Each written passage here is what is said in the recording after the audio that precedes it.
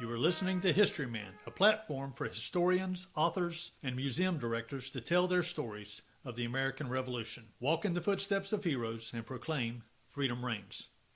On today's episode, we're with Bernard George, historian, retired New Bern City planner, and author of an article called Supporting the Cause of Freedom, the Black Experience in Revolutionary Craven County. His work has been featured on NCTV and other programs around North Carolina. So welcome, Bernard. Thank you. Welcome. Bernard, we're actually in New Bern, North Carolina, your hometown, right? Yes. Where the sun rises over the inner coast and sets over the coastal plain. Beautiful area. Yes, it is. So before we get started, Bernard, we want to give a shout out to a couple of our affiliates. One of them is southerncampaigns.org, which specializes in peer review articles and research on the American Revolution, especially in the Southern campaigns. And the other is the Cultural and Heritage Museums of York County, including Brattonsville, which is a historical site of the Battle of Huck's Defeat. So Bernard, you have done quite a bit of research on the Revolutionary War, and you have quite a number of friends who are tied to the SAR locally here, and it just happens to be one of the only, if not the only, black member SARs in the country. Is that correct? That's correct. That's phenomenal to me, and I've been excited about getting up and hearing what you have to say and the history around the militia here in this area. Mm-hmm. And so I'm going to sit back and let you tell our listeners what you have researched. Well, we're real excited about the rich history that surrounds this area. The great historian John Franklin said that New Bern, Craven County, eastern North Carolina has some of the most comprehensive African American history in the nation. And we are just proud to mine some of that rich history that lies here untouched, that has lain here for generations and generations and not been exposed to the public. So I've taken it on as a personal project of mine to publicize, to research and publicize these historical legacies that our forefathers have left us here. My family can trace its history back here in Craven County for over 200 years, going on 300 years. We came here in the early 1700s. And we moved here from Tidewater, Virginia, where we were free blacks. And we moved here along with several other families, the Diggers, the Copes, the Carters, the Godets, and Johnsons.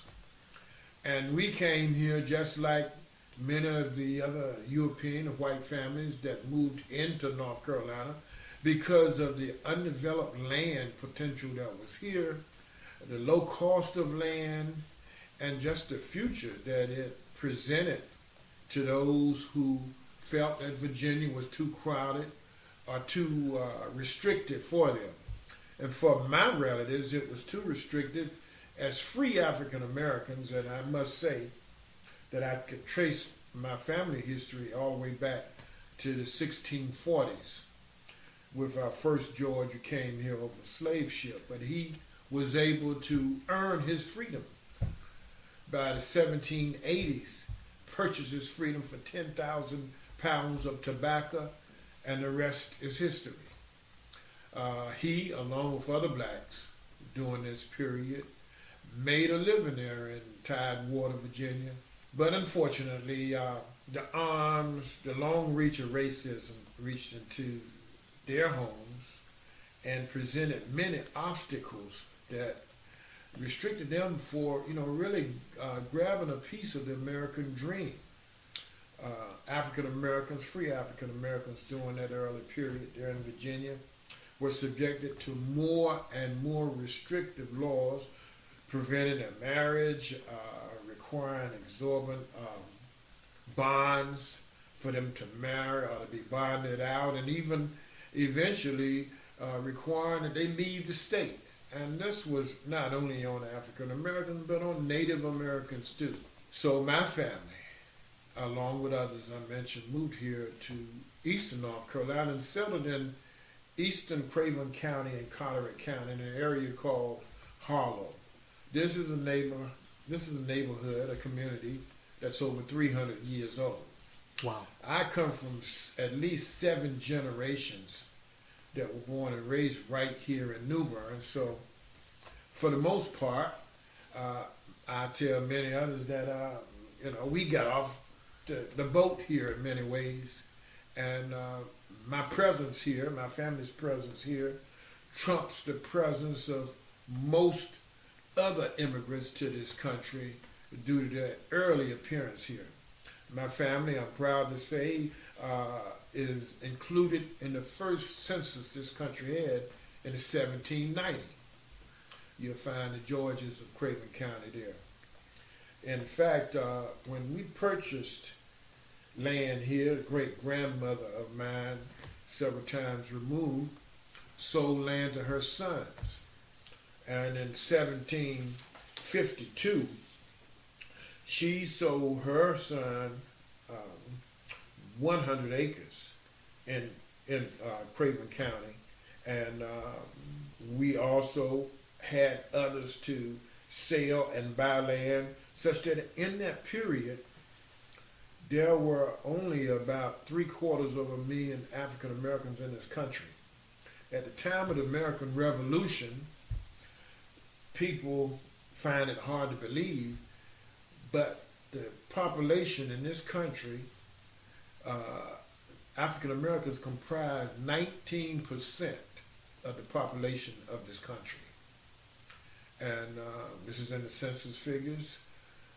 My family, many of the men enlisted in the local militia during the French and Indian Wars and protect their communities. So it was just a natural step for them when the country declared its freedom, its independence, that they should fight for the American Revolution, for the Patriots. And that's what they did. Mm-hmm. Well, that is a fantastic heritage, one that I am envious of. I know that probably most families out there have a hard time tracing back their heritage, their ancestors, back through the public records and such. But you have been able to do that through your research, through purchases of land and the other records that are on file here in one of the oldest counties in the state, correct? That's correct. So tell us a little bit about those core families, especially in the Revolution when they signed up. Did they participate in any battles?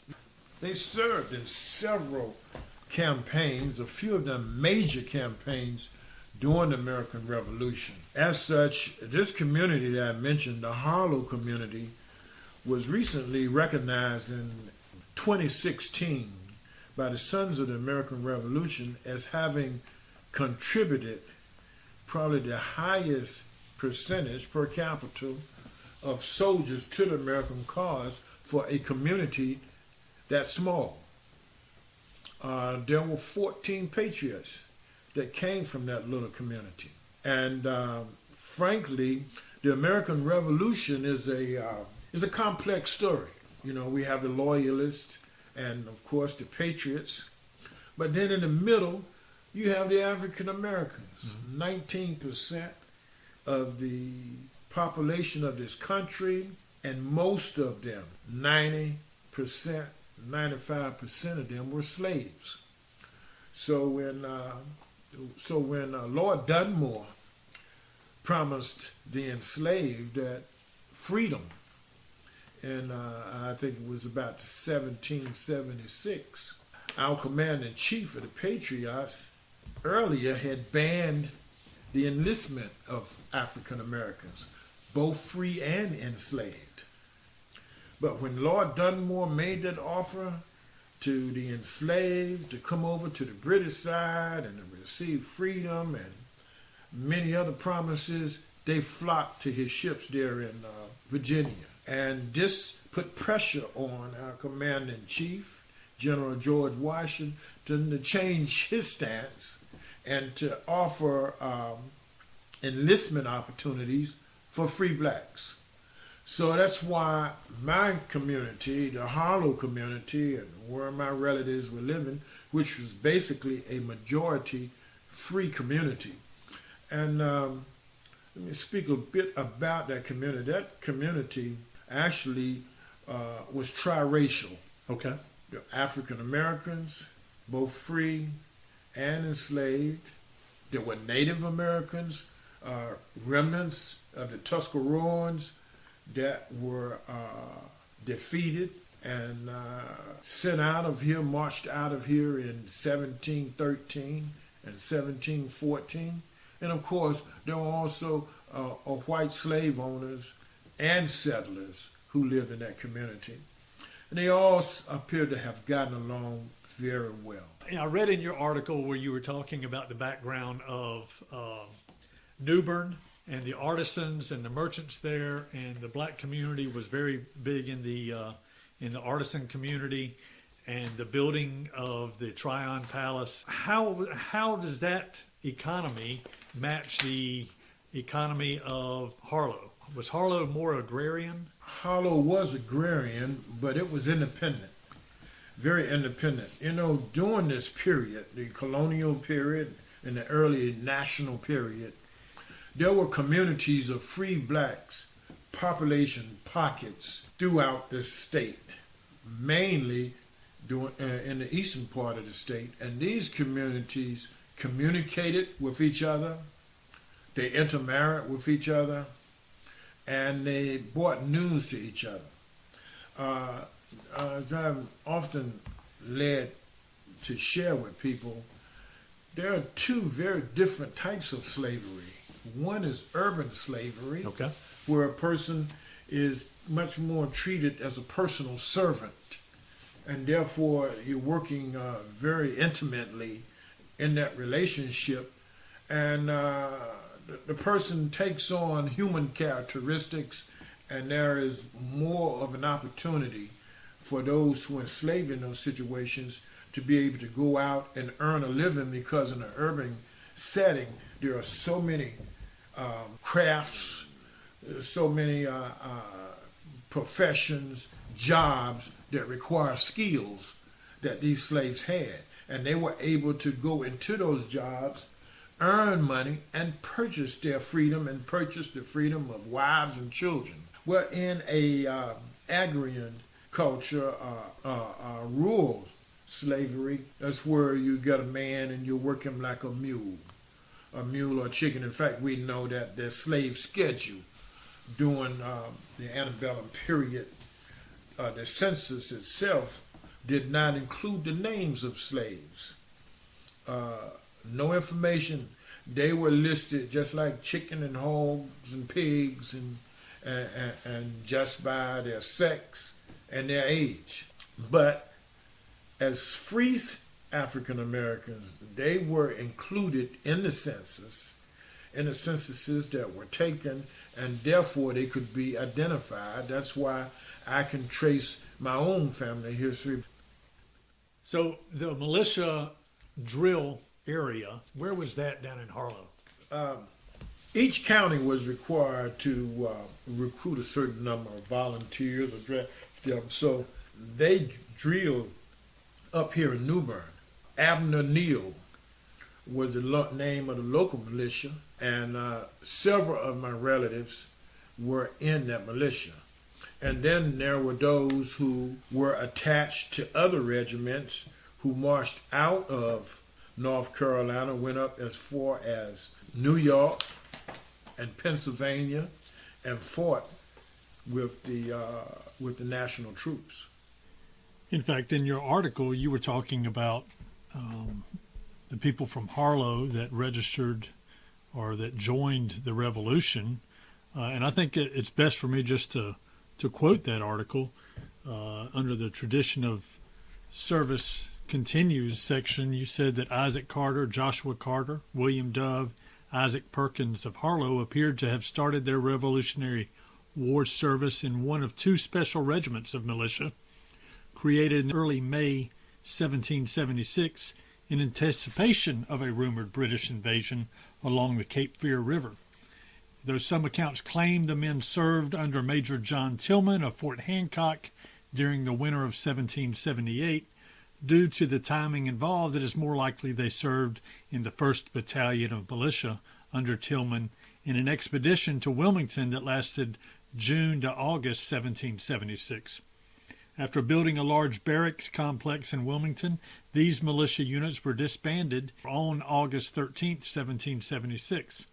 And then when the war and the draft came around, you went on to say that when North Carolina General Assembly initiated a draft in 1777, all men ages 16 to 50 were required to serve or find an able-bodied man to serve as a substitute. No color qualifications were noted.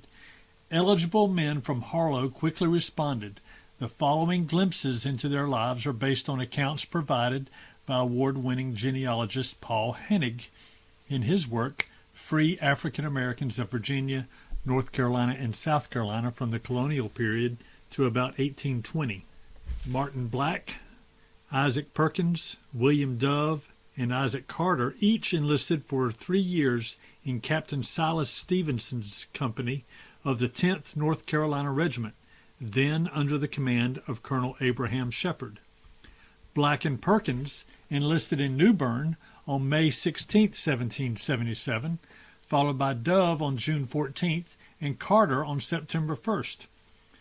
When North Carolina troops encamped at Valley Forge in the summer of 1778, 4 of the state's regiments were reduced to a cadre status and 3 regiments were disbanded, leaving only the 1st and 2nd regiments in full strength.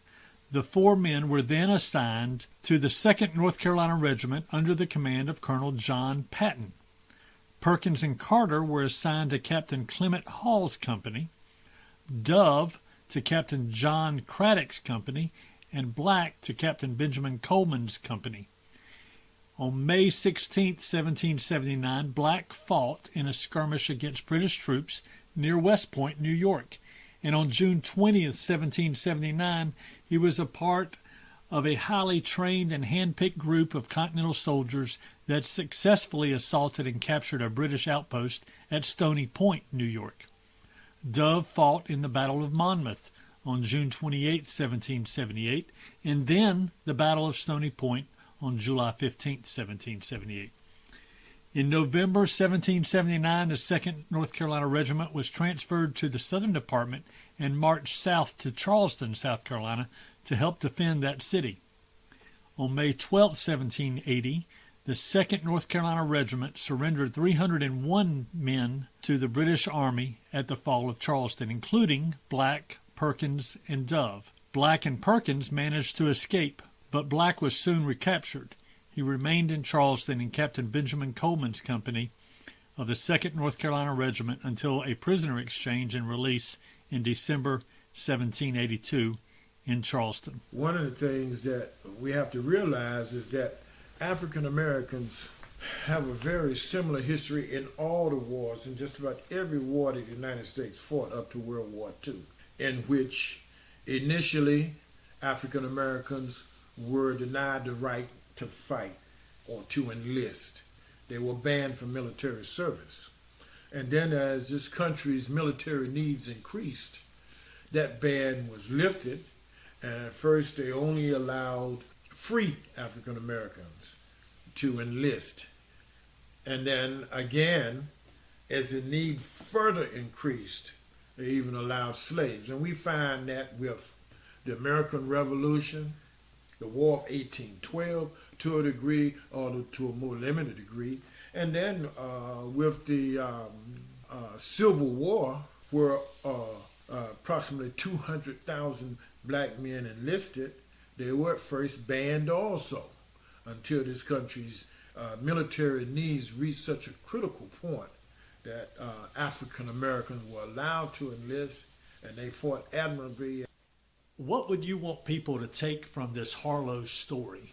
Well, here in New Bern and out of Tryon Palace, where I serve as a governor-appointed commissioner to the museum there, that we have a favorite saying: we have one history and many stories. And that's what intrigues me so much about history, is that everybody has a different story. You just can't paint Americans with one broad brush, with the stroke of a broad brush, no matter how you try. This story that I have, I don't think it's that unique. I think what's unique is that we have been able to do the research, earlier research than others. But as more and more students of history receive an education and go out into the field and do research, more and more we'll begin to understand the rich tapestry of history that has been woven here in America. What a beautiful way to put it. Well, let me ask you this, Bernard. What does liberty mean to you? Liberty means what the Constitution says is so beautifully written, that we have a right to life, liberty, and the pursuit of happiness. And liberty is the freedom to pursue happiness, to pursue a livelihood, to pursue and reach your potential. That's what liberty means to me. And at one point, as we know, African Americans have not been allowed to reach their full potential. We still have some restrictions today. But thank God America is getting better. Sometimes we take one step forward and two back. But we're constantly moving forward. And times are changing. Times are getting better. And thank God for younger people who have a sense of justice, who have a sense of just what it is to be a human being and to respect other humans in this world culture at which we live in today. Or tell us a little bit about what they would find at the Tryon Palace. Tryon Palace is a reconstruction of the first state capitol on the grounds here in New Bern. It was built around 1756, and it housed Governor Tryon and his family. That reconstructed site, fully reconstructed, and now it has a $60 million museum on it also, captures the history and heritage of Eastern North Carolina. It has wonderful exhibits throughout the museum itself on the life and times as it evolved in Eastern North Carolina from the time of its early colonial period until even up to the present. And we understand that there is one history and many stories, and we explore all of those stories. The museum itself is a teaching and research institution also. We have many lectures and opportunities for education there at the facility itself.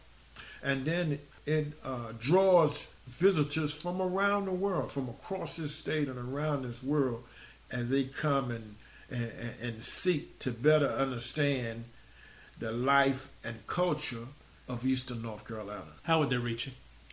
We can be reached at TryonPalace.com.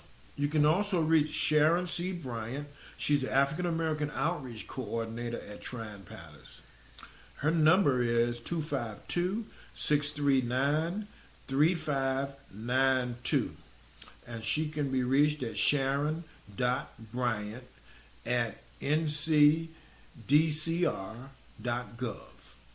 And we would be glad to entertain any discussions. We have a full-size reenactment group of colonial patriots.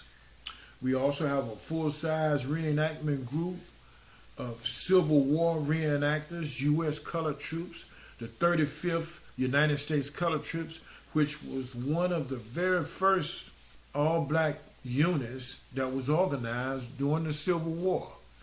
And we have over 15 reenactors. We travel along the east coast of the United States, from as far away as Florida all the way up to Pennsylvania, in reenactments and sharing the story of those courageous African Americans who have fought and supported this country through their times of its military engagements. Well, Bernard, it was a pleasure talking with you today. I think you put it correctly when you talk about the tapestry of the United States, and everyone has a story that adds to that tapestry. I know that our listeners have enjoyed listening to the story here, and I look forward to hearing more stories about your group and how they were tied to the American Revolution. And I just want to add that the Isaac Carter Sons of the American Revolution, which is the only post of African Americans across this country, SAR, is alive and well there in Harlowe, and we are just excited that our forefathers were able to have such a profound impact on the American Revolution, and that impact can be shared with the public today, when at a time it was totally swept under the rug and not clearly explained or exposed. We take this time to share it with students and with younger people and older people, and gives them a sense of belonging, a sense of history, a sense of destiny, and a sense of purpose, that this indeed is our country. We all are in this boat together.